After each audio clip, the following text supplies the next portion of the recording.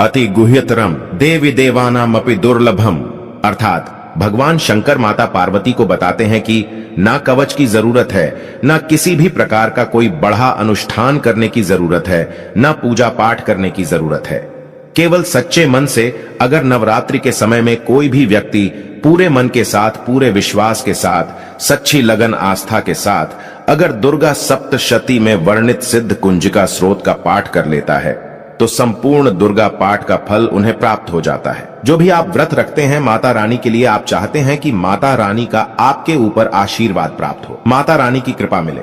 आपकी कोई अधूरी मनोकामना है, वो चाहते हैं आपकी अधूरी मनोकामना पूर्ण हो जाए। सरकारी नौकरी हेतु पितृदोष, राहु दोष, मंगल दोष, कर्ज दोष, शनि दोष, कर्ज का दोष, गरीबों का दोष मात्र पल भर में दूर होगा। तो अगर आपने नवरात्रि का व्रत रखा है तो वो सारे फल अगर आप चाहते हैं और उसका 1000 गुना फल प्राप्त हो जाए तो नवरात्रि के समय में दुर्गा सप्तशती का पाठ जरूर करना।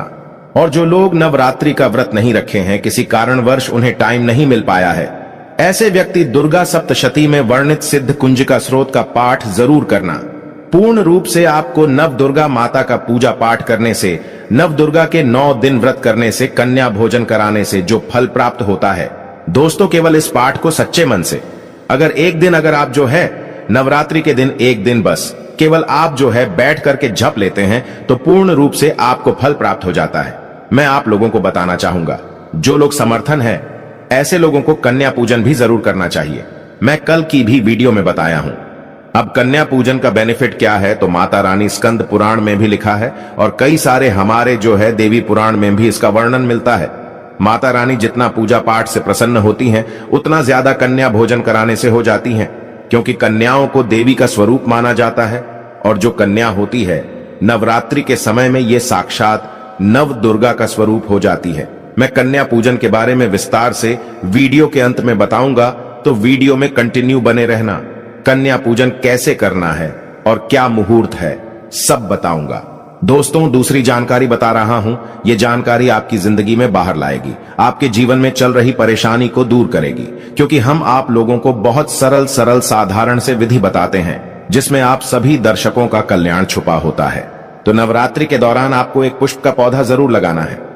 मैं इसका फायदा भी बताऊंगा, कौन कौन से पुष्प लगाने चाहिए, हमारे धर्म शास्त्रों के अनुसार कहा गया है। दोस्तों अगर कोई व्यक्ति मंदिर के किनारे में मदार का पौधा लगा दे, ध्यान से सुनिए, जो सफेद कलर का मदार का पौधा होता है किसी भी मंदिर के किनारे में लगा देते हैं। ये पुष्प वहां पर उपस्थित जो देवी देवता है, मंदिर में जो रहने वाले जो देवी देवता हैं, जैसे शिव मंदिर है, शिव मंदिर में मदार का पौधा लगाते हैं तो इसका एक पुष्प अगर कोई भी व्यक्ति रख करके चढ़ा दें शिव मंदिर में जाकर के, तो आपको एक स्वर्ण दान के बराबर पुण्य की प्राप्ति होती है। तो मदार का पौधा लगाने से इसमें जो फूल खिलेंगे वो जाकर के देवी देवताओं को चढ़ाए जाएंगे, तो उसका आपको जो है पुण्य की प्राप्ति होगी। जो व्यक्ति चढ़ा रहा है उसको आधा फल मिलेगा और आधा फल आपको प्राप्त होना शुरू हो जाएगा। तो मदार का पौधा अगर कोई भी व्यक्ति नवरात्रि के समय में किसी भी शिव मंदिर है, माता रानी का मंदिर है, उनके समीप में जाकर के लगाता है तो अक्षत पुण्य की प्राप्ति होती है। ना इसमें आपको व्रत करना है, ना पूजा पाठ करने की जरूरत है, बस आप जो है कोई भी फूलों का पौधा लगा सकते हैं। इस श्रेणी में आते हैं जैसे मदार का पौधा, सदाबहार का पौधा। सदाबहार हमेशा हरियाली रहता है और ये हमेशा फूलते हैं। ऐसे फूल का आपको चयन करना है जो हमेशा फूलते रहें, जिसमें फल फूल आते रहें। तीसरे नंबर पर आता है कनेर का पौधा। जो कनेर का पौधा है ये देवी मां का श्रृंगार कहा गया है। कनेर के पौधे से अगर कोई भी व्यक्ति कनेर का पौधा सफेद कलर का अगर कनेर है तो फिर इसे अति उत्तम माना जाता है। कनेर के पौधे को पार्वती का स्वरूप कहा गया है। धर्मशास्त्रों में तो कनेर का पौधा चढ़ाने से माता रानी बहुत प्रसन्न होती हैं और गोदान के बराबर हमें फल की प्राप्ति होती है। आप चाहते हो तो गुड़हल का पौधा लगा सकते हैं। दोस्तों मंदिर के किनारे में, देवी मंदिर के किनारे में अगर कोई भी व्यक्ति गुड़हल का फूल का पौधा लगता है तो हमारे धर्म शास्त्रों में ऐसा कहा गया है, गुड़हल के वृक्ष पर साक्षात मां जगदम्बा का वास होता है। जी हां, ये मैं कोई हवा में हवाई बात नहीं कर रहा हूं, प्रमाणित बात कर रहा हूं। धर्मशास्त्रों में भी लिखा है, आप माता रानी को 56 भोग लगाएं या ना लगाएं, कोई श्रृंगार का सामान चढ़ाएं या ना चढ़ाएं, इससे कोई फर्क नहीं पड़ता। लेकिन अगर कोई भी व्यक्ति नवरात्रि के समय में गुड़हल का पुष्प माता रानी को सच्चे मन से अगर माला पिरो करके 21 की संख्या में, 11 की संख्या में चढ़ा दी जाए तो उस व्यक्ति की वह मनोकामना पूर्ण होने से साक्षात ब्रह्मा भी नहीं रोक पाते हैं। गुड़हल का फूल माता रानी को चढ़ाने से नवरात्रि में आपने पूजा पाठ व्रत रखे हैं, पूजा पाठ कर रहे हैं, कोई बात नहीं। अगर आप व्रत नहीं कर पा रहे हैं, पूजा पाठ में टाइम नहीं दे पा रहे हैं, तो गुड़हल का फूल माता रानी को नवरात्रि के किसी भी दिन एक दिन 21 माला पिरो करके माला बना करके माता को चढ़ा देना, संपूर्ण व्रत का फल मिल जाएगा। आपने नवरात्रि का व्रत रखा हो या ना रखा हो, इससे कोई फर्क नहीं पड़ता। बस गुड़हल का फूल माता रानी को चढ़ा देना। तो ऐसा कहा गया है, कोई व्यक्ति अपने जीवन काल में अगर नवरात्रि के समय में गुड़हल का पौधा लगा देता है और इस पौधे में फूल आना शुरू हो जाते हैं और ये फूल अगर देवी देवताओं को चढ़ना शुरू हो जाते हैं, तो माता रानी आजीवन आपकी बिल्कुल ही मदद करेंगी, आपके ऊपर अपनी कृपा बरसाएगी, आपको अपना पूर्ण आशीर्वाद देंगी और जब तक आप इस संसार में जिएंगे कभी भी निर्धन नहीं रहेंगे। देखिए, हमने आपको वीडियो के बीच में बताया था कि कन्या पूजन 2024 में कब है और क्या है शुभ मुहूर्त। आइए अब जानते हैं। लेकिन याद रहे, कन्याओं को ऐसा खाना कभी मत खिलाना नहीं, तो उल्टा आप बर्बाद हो जाओगे। जानिए कन्याओं को क्या खिलाना चाहिए और क्या नहीं, और क्या उपहार देना चाहिए और कौन सा उपहार नहीं देना चाहिए। दोस्तों, इस बार के नवरात्रि बहुत ही शुभ और मंगलकारी माने जा रहे हैं। इस बार चैत्र नवरात्रि 9 अप्रैल दिन मंगलवार को शुरू होकर और इसका समापन 17 अप्रैल दिन बुधवार को होगा। ऐसे में 17 अप्रैल दिन बुधवार को ही व्रत पूर्ण होगा, कन्या पूजन होगा। दोस्तों, नवरात्र की अष्टमी और नवमी तिथि पर कन्या पूजन का विधान है।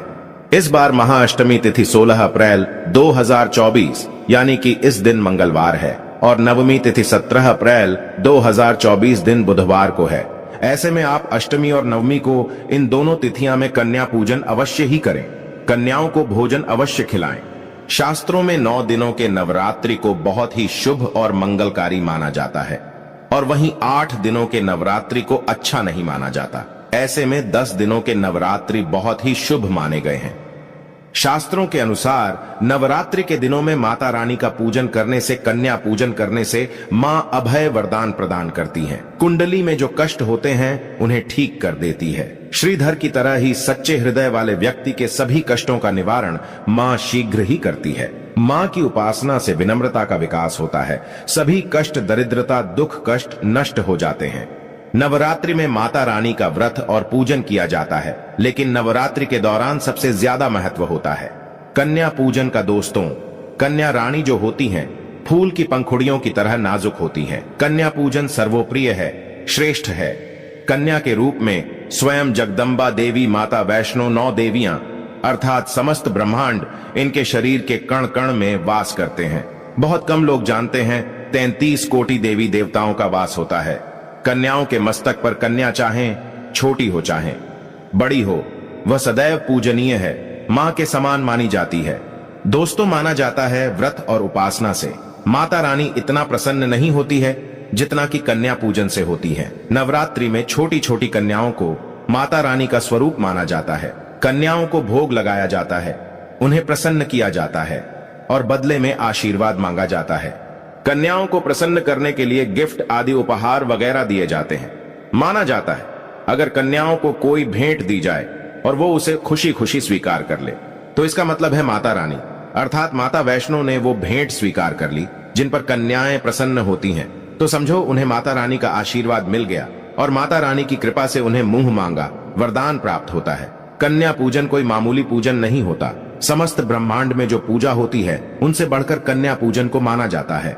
10 बार गंगा स्नान करने से और 100 बार यज्ञ करने से तथा 1000 बार यात्रा करने से जो पुण्य मिलता है, वह मात्र एक बार कन्या पूजन करने से करोड़ों गुना भक्त को मिल जाता है, प्राप्त हो जाता है। दोस्तों, इसीलिए कहा जाता है कि कन्याओं को सताना नहीं चाहिए, इससे समस्त ब्रह्मांड हिल जाता है। कन्याओं की जितनी सेवा की जाए कम ही होती है। कन्याएं कोई मामूली नहीं होती। कन्या के रूप में स्वयं उनके मस्तक पर विराजमान होकर स्वयं देवी चलकर आपके घर तक आती हैं। नवरात्रि में 2 साल से लेकर 10 साल तक की कन्या का पूजन होना चाहिए। अष्टमी अथवा नवमी को कन्याओं के पैर धोकर भोजन कराना, उपहार आदि देना श्रेष्ठ माना जाता है, दुर्लभ माना जाता है। ऐसा मौका कभी हाथों से नहीं जाने देना चाहिए। इस दिन जितना ज्यादा हो सके कन्याओं को हाथ पकड़कर, पैर पकड़कर अपने घर तक लेकर आएं।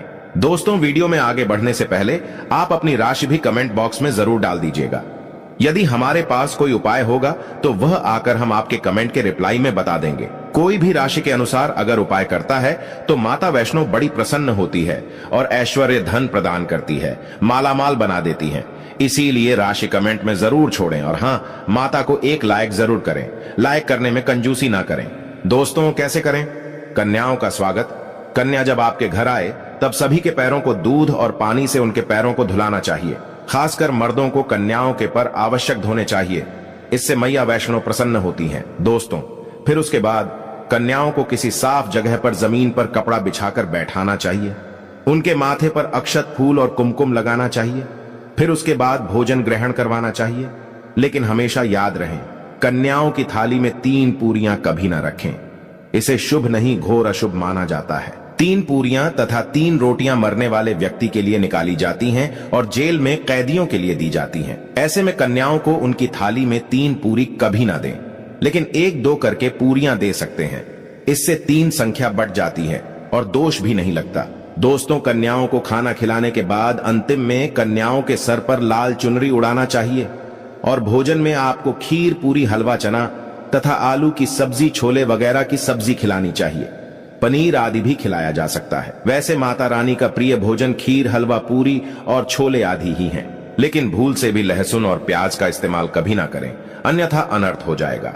अक्सर कई लोग कन्याओं को कुरकुरे का पैकेट, चिप्स वगैरह का पैकेट खिलाते हैं, जो कि घोर अनर्थ माना जाता है, क्योंकि इसमें लहसुन, प्याज का इस्तेमाल होता है, जिसके कारण आपका व्रत खंडित हो सकता है। मां दुर्गा क्रोधित हो सकती हैं।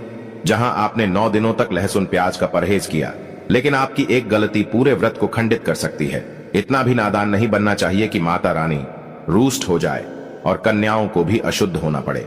कन्याओं को डब्बा बंद कोई भी ऐसी चीज ना खिलाएं जिसमें लहसुन, प्याज होता है। कई चीज तो ऐसी होती है मार्केट में जिसके अंदर लहसुन, प्याज का इस्तेमाल होता है। ऐसा आप कभी मत करना। दोस्तों, कई लोग कन्या पूजन में खाना घर पर नहीं बनाते और मार्केट से रेडीमेड लाकर ही खिलाते हैं तथा दही जलेबी खिलाते हैं, जो कि शुभ नहीं माना जाता। दोस्तों, ऐसा खाना वो लोग खिलाते हैं जिनके घर में मान लीजिए कोई दुर्घटना आदि हो गई है या घर में कोई बीमार है या कोई मुसीबत है, तब वो ऐसा करते हैं। लेकिन अगर आप स्वस्थ हैं, आपको कोई पीड़ा नहीं है, तो ऐसा भूलकर भी नहीं करना चाहिए। माता रानी दही जलेबी नहीं, आपके हाथों का बना भोजन खाना चाहती है, आपका प्यार चाहती है। फिर चाहे आप घर में एक ही पूरी क्यों ना बनाएं माता के लिए, पर आप स्वयं ही अपने हाथों से माता रानी को भोजन खिलाएं। देखिए, भले ही आप दही जलेबी खिला सकते हैं, परंतु माता को घर का बना हुआ शुद्ध भोजन ही अति प्रिय है। खासकर नवरात्रों के दौरान घर में पक्का खाना अवश्य बनाना चाहिए। माता रानी बहुत प्रसन्न होती है।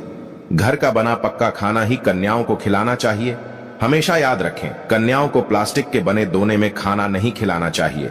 ऐसे बर्तन पूजा पाठ के लिए शुभ नहीं अशुभ होते हैं, क्योंकि प्लास्टिक के ज्यादातर बर्तन जो होते हैं जानवरों की हड्डियों द्वारा बनाए जाते हैं। इसीलिए ऐसा पाप मत करना। कन्याओं को हमेशा स्टील के बर्तन या पत्तों से बने बर्तनों में ही भोजन कराना चाहिए। बहुत ही शुभ माना गया है। अगर पेड़ के पत्ते में भोजन कराते हैं तो माता अभय वरदान प्रदान करती है। दोस्तों, एक और बात हम आपको बताने वाले हैं कि यदि नवरात्रों के समाप्त होने के बाद यदि बीच में कन्या पूजन में शुक्रवार का दिन पड़ जाए तो कन्याओं को कोई भी खट्टी चीज नहीं खिलाना चाहिए, क्योंकि शुक्रवार का दिन माता संतोषी को समर्पित होता है और माता संतोषी नवरात्रों के दिनों में सक्रिय अवस्था में होती है, यानी वो भी 9 देवियों के साथ में आपके घर में आती हैं। इसीलिए कन्याओं को भूलकर भी शुक्रवार का दिन अगर पड़ जाए तो खट्टी चीज घर में नहीं बनाना चाहिए और कन्याओं को भी खट्टी चीज नहीं खिलाना चाहिए। घोर पाप लगेगा। आपका किया कराया सब बर्बाद हो सकता है। खट्टी चीजों से माता संतोषी रूष्ट हो सकती हैं, चिढ़ सकती हैं, आपको श्राप दे सकती हैं। इसीलिए नादान ना बने। दोस्तों, भोजन कराने के बाद कन्याओं की थाली में एक लौंग जरूर रखना चाहिए, क्योंकि लौंग देवी शक्ति तथा दुर्गा मां को बहुत प्रिय है। लौंग माता शक्ति का प्रतीक होती है। लौंग में नव दुर्गा का वास होता है। इन 9 दिनों में माता रानी को लौंग का भोग ही लगाया जाता है, तो खाना खाने के बाद कन्याओं को लौंग अवश्य अर्पित करें। माता रानी को अमृत से बढ़कर लौंग प्रिय है, इसीलिए कन्याओं को थाली में चुपचाप एक लौंग जरूर रख दें। आपका भाग्य चमक जाएगा। माता लक्ष्मी आपके जीवन में धन की कोई भी कमी नहीं होने देंगे। दोस्तों, आपको बता दें, कन्याओं को उपहार में क्या दें। कन्याओं को खुश करने के लिए उनकी थाली में दक्षिणा डालें ताकि आपके घर में संपन्नता बनी रहे तथा धन की कोई भी कमी ना हो। कन्या, जब आपके घर से खुशी खुशी धन